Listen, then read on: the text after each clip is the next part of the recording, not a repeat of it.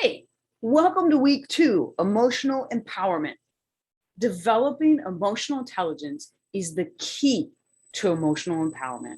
In a nutshell, emotional intelligence, or EI, is the ability to understand and manage emotions.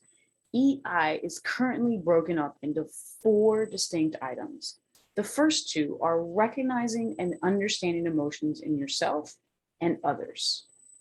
These 2 are what we commonly call emotional awareness.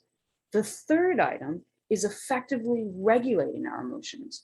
In other words, exerting influence over our emotional states and then exercising ownership of our emotions to grow, develop insight, and call forth our inner leader. The last item that makes up emotional intelligence is using our emotions to facilitate performance.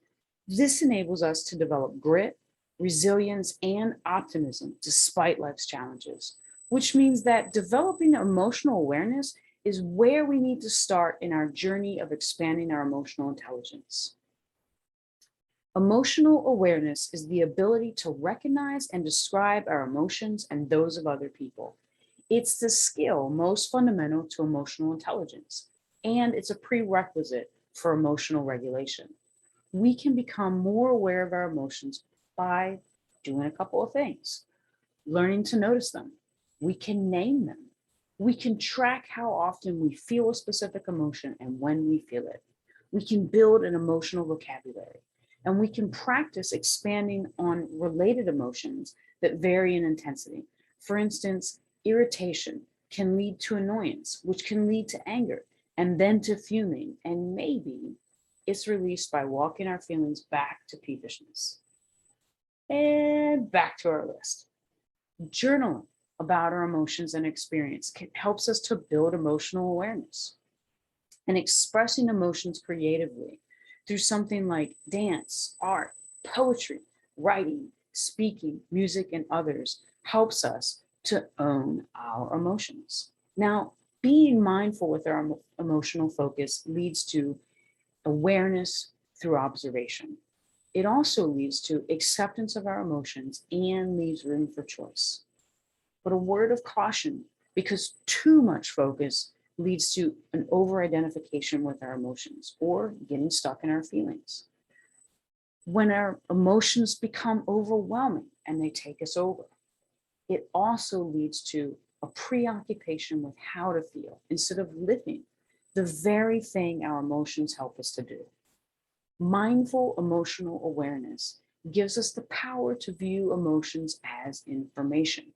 This leads us to seek the wisdom in them instead of reacting to them or pushing them away, while providing instruction on what to do next as we live our life. Our emotions are truly powerful reminders of what we value and what we need. For instance, fear is not only one of our most powerful motivators, it also tells us what we need and what we value.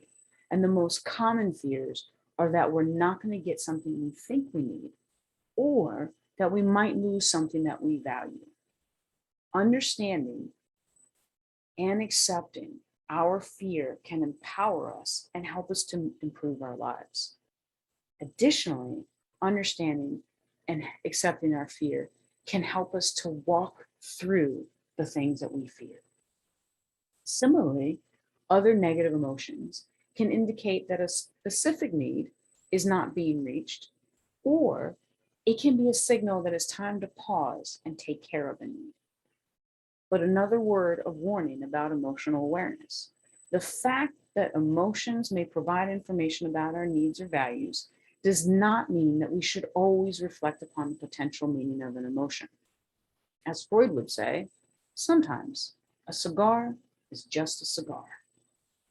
Practicing mindfulness with our emotions can support us in learning discernment between when we need to pay attention and when we need to let an emotion wash through us to be released. Which brings us to this week's thought exercise. This week's thought exercise is to explore your emotions. If your emotions were telling you something, what could they be telling you? Underneath this video, right there, you'll find a worksheet to guide you. What you'll be doing is imagining that you are experiencing your most frequently felt emotion. And when you are experiencing that emotion, ask yourself, what do I feel? What could this emotion be telling me about what I value? And what could this emotion be telling me about what I need? Once you're done, be certain to shake it off by moving your body.